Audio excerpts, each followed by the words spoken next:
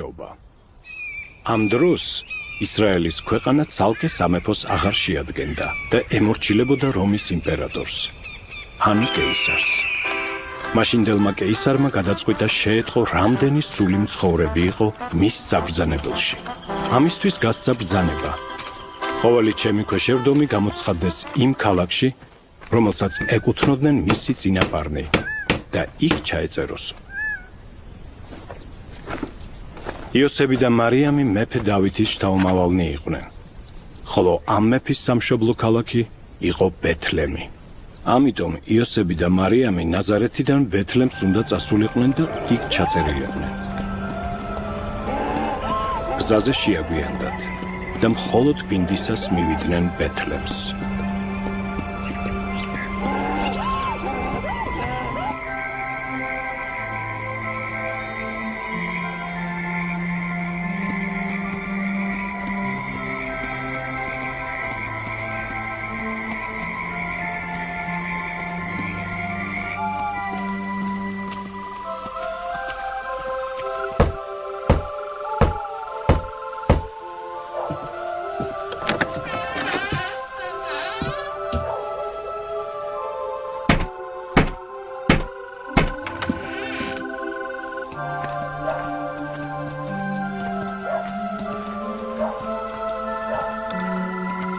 ქალაქი მთლად გავსებული დახვდათ მოსული ხალხით და ბინა ვეღარ იშოვეს. ადგნენ ქალაქის განაპირას გავიდნენ და შეეფარნენ გამოქვაბულს, სადაც მწყემსები ცხვარს აბინავებდნენ.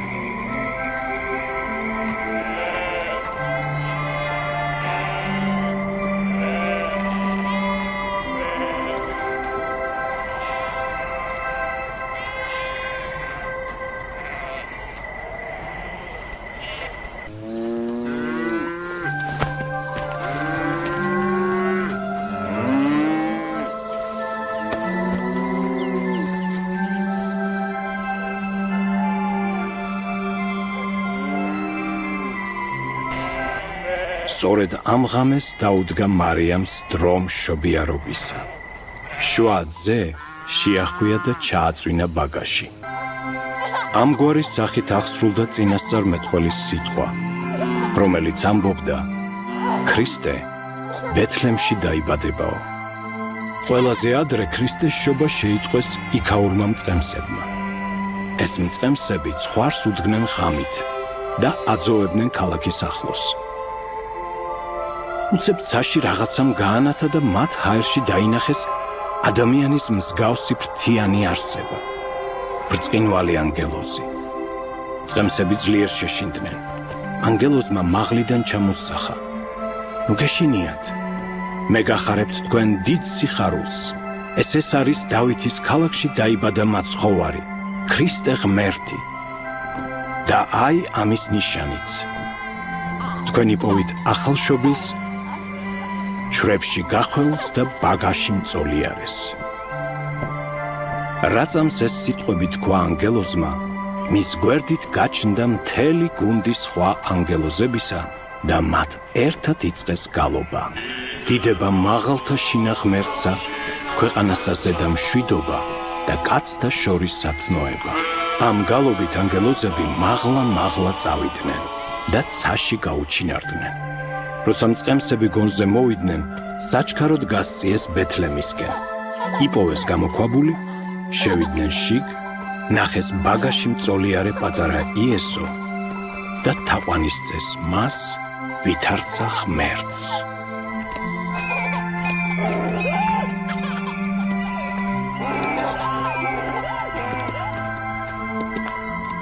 შემდეგ იოსები და მარიამი დაბრუნდნენ ნაზარეთში. აქ იესო იზრდებოდა დედმამის მორჩილებაში. ივსებოდა სიბრძნით და მადლი უფლისა იყო მას ზედა. თანაც მამობილს დურგლობაში ეხმარებოდა, რაც მშვენივრად გამოსდიოდა.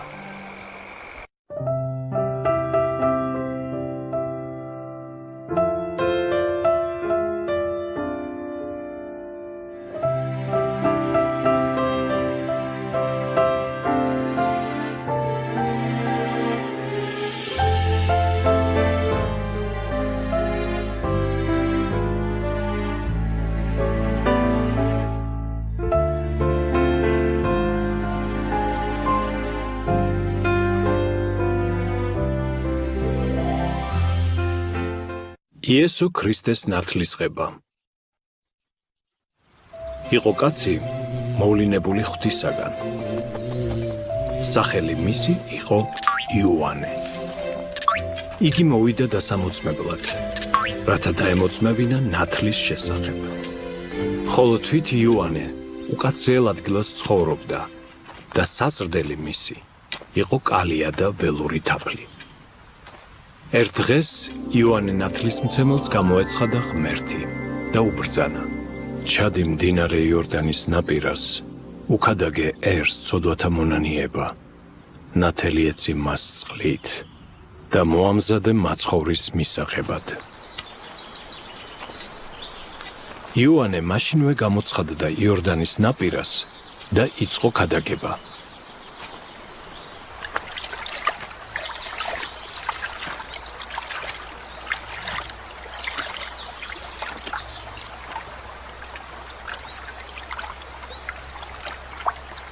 შეინანიეთ რამე თუ მოახლოებულ არს სასუფეველი ცათა. დაიძრა დიდძალი ხალხი იერუსალიმიდან, სხვა ქალაქებიდან და სოფლებიდან. მოდიოდნენ იოანესთან, აღიარებდნენ წოდებს და ინათლებოდნენ მის მიერ იორდანეში. ამ დროს ქრისტე 30 წლის შესრულდა. ისიც მივიდა იოანესთან ნათლისღებისათვის. იოანეს არსად ენახა ქრისტე, მაგრამ იცნო კი და უარზე დადგა. მე უნდა ვინათლებოდე შენგან და შენ მოდიხარ მოსანათლავად ჩემთან? ქრისტემ უპასუხა: დამიჯერე, რამე თუ ჩვენ უნდა აღვასრულოთ ყოველივე ის, რაც სიმართლეა, რაც კი წესადაა დადგენილი. მაშინ იოანე დაჰყვა მის ნებას. ჩააყენა იესო იორდანეში და მონათლა.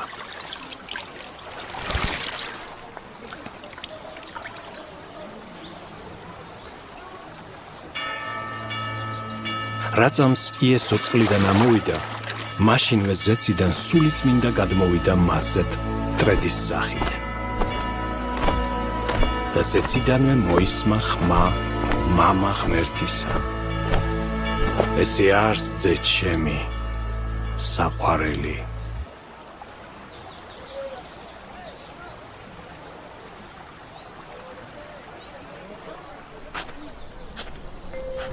ნათლისღების შემდეგ იესო წავიდა უდაბნოში, სადაც 40 დღე ემზადებოდა მარხვითა და ლოცვით. და ბოლოს გამოვიდა საქვეყნოდ სახარების საქადაგებლად.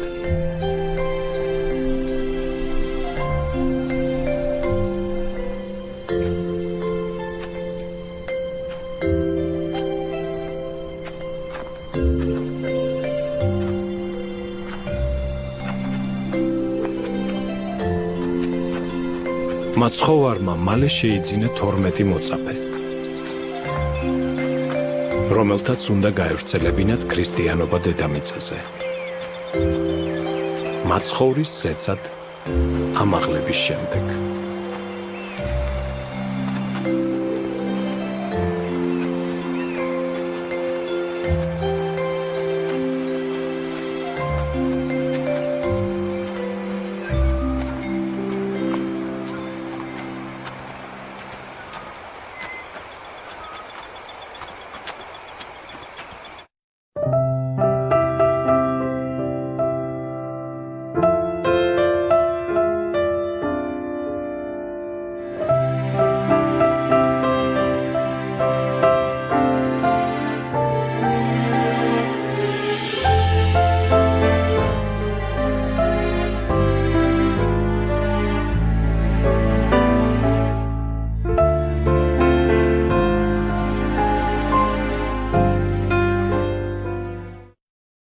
იესო ქრისტეს ჯვარცმა. იესო ქრისტე ღმერთად ირწმუნა და მისი მოძღვრება მხოლოდ ზოგიერთმა ისრაელელმა მიიღო. ხალხის უმეტესმა ნაწილმა კი უარყო. ეს უფრო იმიტომ მოხდა, რომ მღვდელთმთავარნი და მწიგნობარნი ემტერებოდნენ მაცხოვარს.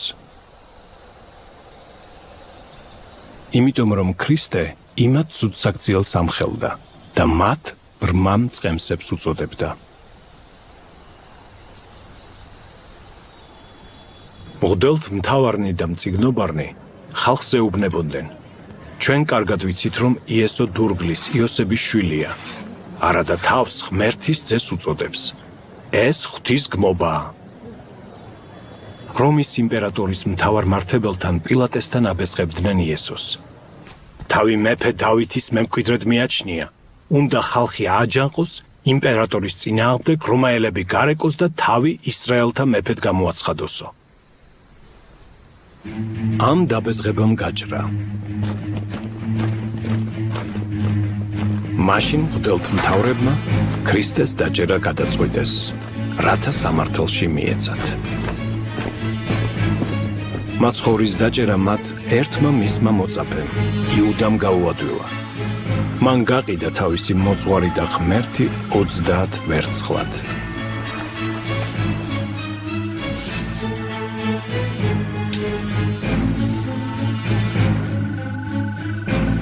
ასწავლა მისი სამყოფელი. ღამით თავს დაასხა მღვდელმთავრები და გუშაგები და დააჭერინა. დღისით დაჭერა ვერ გაბედეს, რადგან ხალხის აჯანყების ეშინოდათ. მისცეს მაცხოვარი სამართალში. განსჯის დროს ქრისტემ თავი ღვთის ძედ აღიარა. მაგრამ ქვეყნის მეფობის სურვილი უარყო. მეუფება ჩემი, არა ამის სოფლის საგანი არს. პილატემ იესოში ვერ დაინახა ვერცერთი დანაშაული და ის გაამართლა. მაგრამ რადგანაც მღვდელმთავრებისაგან აღელვებული ხალხი ხმამაღლა და დაჟინებით ითხოვდა იესოს სიკვდილით დასჯას, ამიტომ სულ მოკლე პილატემ მათ უფლება მისცა ეწამებინათ და ჯვარს ეცვათ ქრისტე. თავად კითხვა: უბრალო ვარ მე მაგ მართლის სისხლისგან? ამაზე ხალხმა უპასუხა: სისხლი მაგისი ჩვენ ზედა და ჩვენ შვილთა ზედა. მაცხოვარი წაიყვანეს გოლგოთას მთაზე. აქ სჯიდნენ ყველა დამნაშავეს.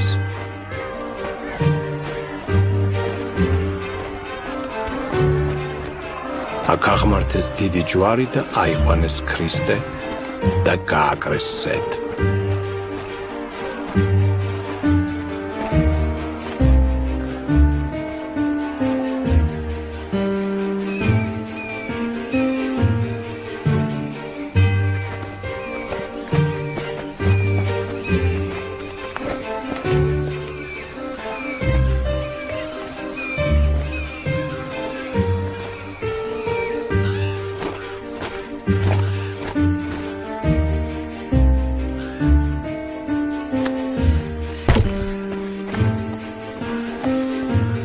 როცა ჯვარს აცვავდნენ იესოს, ის კი არ წევლიდა თავის მწვალებლებს, არამედ უფალს ევედრებოდა: მამაო, მიუტევე მათ, რამე თუ არ იციან რას აიქმან. მასთან ერთად ჯვარს გააკრეს ორი ავაზაკი, ერთი ქრისტეს მარჯვნივ და მეორე მარცხნივ. შეუბრალებელი მტერი ჯვარზეც კი არ აძლევდა მაცხოვარს მოსვენებას. ისინი დაცინვით ეძახოდნენ: თუ შენ ხარ ძე ღვთისა, ჩამოდი ჯვრიდან და მაშინ გირწმუნებთ. ერთმა ჯვარცმულმა ავაზაკმა კი დაცინვით უთხრა იესოს: თუ შენ ხარ ქრისტე, იხსენ შენი თავი და ჩვენც. სამაგიეროდ მეორე ავაზაკმა უპასუხა თავის ამხანაგს: ღმერთი არ გწამს, რომ მაგას ეუბნები? ჩვენ სამართლიანად ვისჯებით. ეს კი უსამართლოდ. ეს რომ თქვა, სახე იესოსკენ იბრუნა და მოწიწებით უთხრა: მომიხსენე მეუფალო, ოდეს მოხვიდე სუფევითა შენითა. მაცხოვარმა უპასუხა: ჭეშმარიტად გეუბნები შენ, დღესვე ჩემთან იქნები ცის სასუფეველში. ჯვრის ახლოს იდგა საშინლად მწუხარე ღვთისმშობელი მარიამი და მდუღარეთ სრემსხვრიდა. მის გვერდით იყო იესოს საყვარელი მოწაფე იოანე. მაცხოვარმა გადმოხედა დედას იოანეზე ანიშნა და უთხრა, აგერ შვილი შენი. მერე იოანეს ანიშნა მარიამზე და უთხრა, აგერ დედა შენი. სამხრობის დრო იქნებოდა, როდესაც იესომ საშინელი ტანჯვის შემდეგ მიაბარა თავისი ღვთაებრივი სული ფალს. მაშინ მზე დაბნელდა. იერუსალიმის ტაძრის საკურთხევლის ფარდა შუაზე გაიხა და საშინლად იძრა მიწა. ბევრი საფლავიდან ქვა გადაგორდა.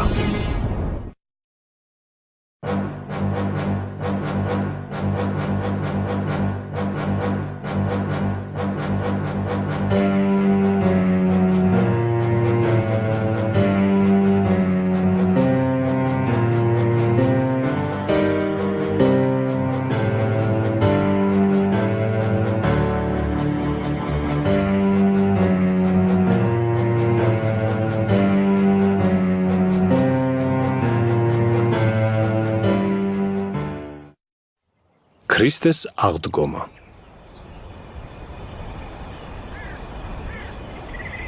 პარასკევს საღამოს იესოს ცხედარი ჯვრიდან ორმა მისმა საიდუმლო მოწაფემ, იოსებ არიმათიელმა და სვიმონ კანანელმა ჩამოხსნა და მოწიწებით დამარხა ახლო აკლდამაში.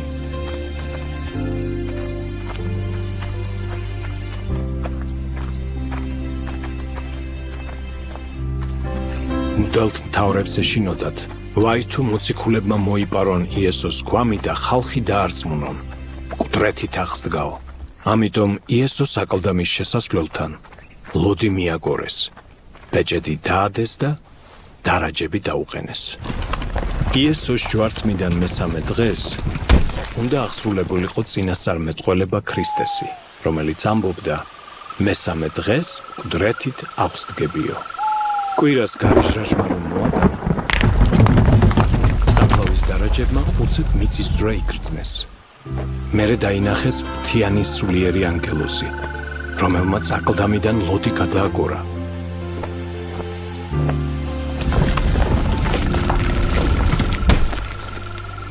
და ბოლოს იხილეს მაცხოვრის საფლავიდან აღდგომა. დარაჯებს შიში თავზარი დაეცა და მიწაზე მკვდრებივით დაემხნენ. როცა გონს მოვიდნენ, გაიქცნენ.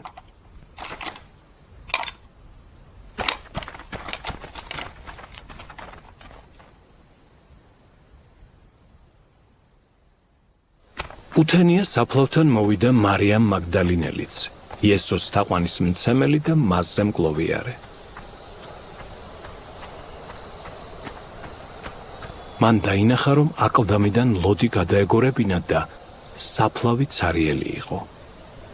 საფლავის წინ დაიჩოქა, წარე დადირდა და როდესაც შიგ ჩაიხედა, იხილა ორი თეთრ სამოსიანი ანგელოზი. ანგელოზებმა კითხეს მარიამს, დედაკაცო, რა სტირი? ვის ეძებ? მარიამმა მიუგო, წაუღია თუფალი ჩემი და არ ვიცი სად. ამ სიტყვებზე უკან მოიხედა და იქვე მდგარი მშვენიერი გარეგნობის, მეტად ნათელი სახის კაცი დაინახა. ეს იყო თავად იესო, მკვდრეთით აღმდგარი, თუმცა მარიამმა ვერ იცნო. მაშინ მარიამს კითხა იესომ, დედაკაცო, რა ცდირი? ვის ეძებ? მარიამს ეგონა მებაღიაო და უთხრა, თუ შენ წაიღე ის, მითხარ, სად დაასვენე და მე წამოვიღებ. მაშინ იესომ დაუძახა უწინდელი ხმით, მარიამ. მარიამმა ხმაზე იმ წამსვე იცნო იესო და შესძახა, მოძღვარო. მერე გაექანა და უნდოდა მუხლებზე მოხვეოდა. მაგრამ მაცხოვარმა უთხრა, ნუ შემეხები მე, რადგან ჯერ არ ავსულ ვარ მამისა თანა. წადი ჩემს ძმებთან და უთხარი, ავალ მამისა ჩემისა და მამისა თქვენისა თანა. მარიამ მაგდალინელმა საჩქაროდ ახარა იესოს აღდგომა მოწაფეებს და მორწმუნე ქალებს. ყველანი აივსდნენ დიდი სიხარულით. გაექანენ საფლავისკენ და ნახეს ის ცარიელი.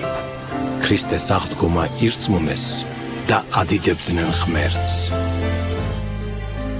იესო 40 დღის განმავლობაში არაერთხელ გამოეცხადა თავის მოწაფეებს. არაერთხელ ჭამა მათთან ერთად პური, აჩვენა ჯვარცმისაგან დარჩენილი თავისი სხეულის წყლულები და ჰქმნა რამოდენიმე სასწაული მათ წინაშე. ამის გამო მათაც კი სრულიად ირწმუნეს ქრისტეს აღდგომა, რომელთაც ეს უწინ არ სჯეროდათ.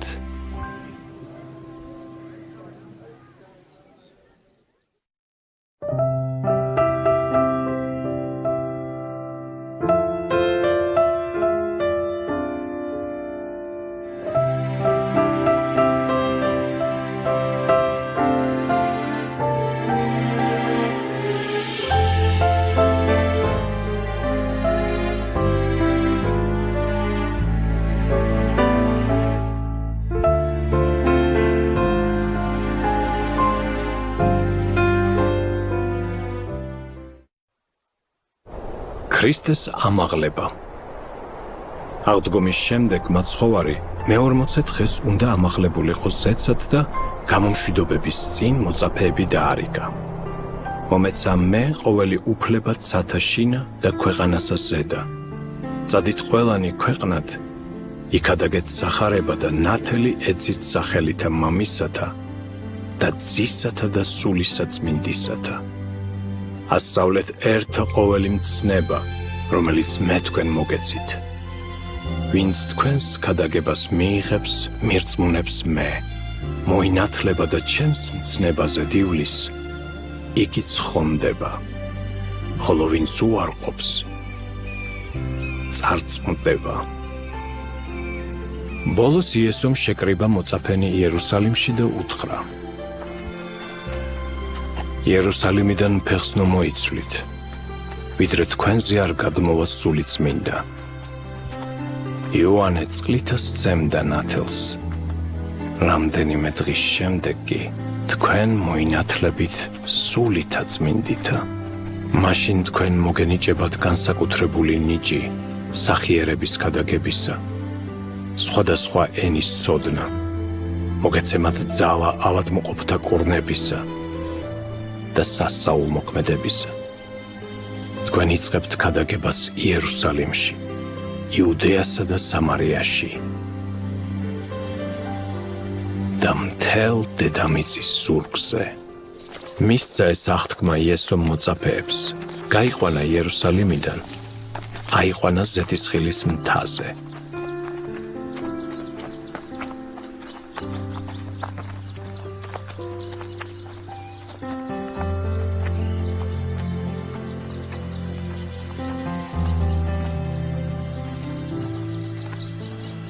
აქ აკურთხა და დალოცა ისინი.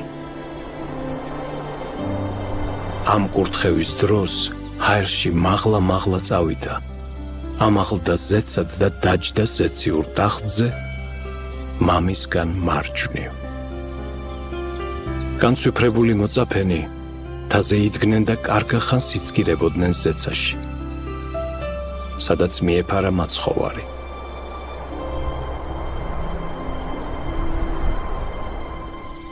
ამ დროს გამოეცხადნენ მათ ანგელოზნი და უთხრეს: კაცნო გალილეველნო, რას დგახართ და იცქირებით ძევით? იესო, რომელიც ახლა თქვენგან ამაღლდა, იმ სახითვე მოვა, როგორც იხილეთ ზეცას ამაღლებული. მოწაფეებს გაუხარდათ, დაბრუნდნენ იერუსალიმში, ადიდებდნენ უფალს და ელოდნენ სული წმინდის გარდამოსვლას. მოლოდინი მალე აუსრულდათ. ამაღლების შემდეგ მეათე დღეს ერთ სახლში შეკრებილ მოციქულებზე გარდმოვიდა სული წმინდა ცეცხლის ენების სახით. მოციქულებმა აქამდე ებრაულის მეტი ენა არ იცოდნენ, ახლა გეუცებ სხვადასხვა ენაზე ალაპარაკდნენ. ამას გარდა აივსნენ სულიერი ძალით, გაძლიერდნენ.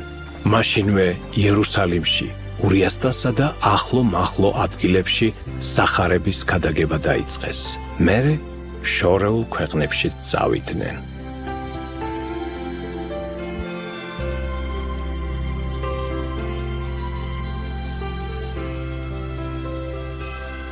ყველა ხალხს მის ენაზე ასწავლიდნენ და მთელს დედამიწაზე გაავრცელეს სახარების მოძღვრება. ბევრი ტანჯვა გამოიარეს, ბევრი მათგანი სიკვდილითაც დასაჯეს, მაგრამ არაფერს შეუშინდნენ. ხნედ ემსახურებოდნენ თავის წმინდა საქმეს და მრავალი ერი მოაქციეს ქრისტეს სჯულზე.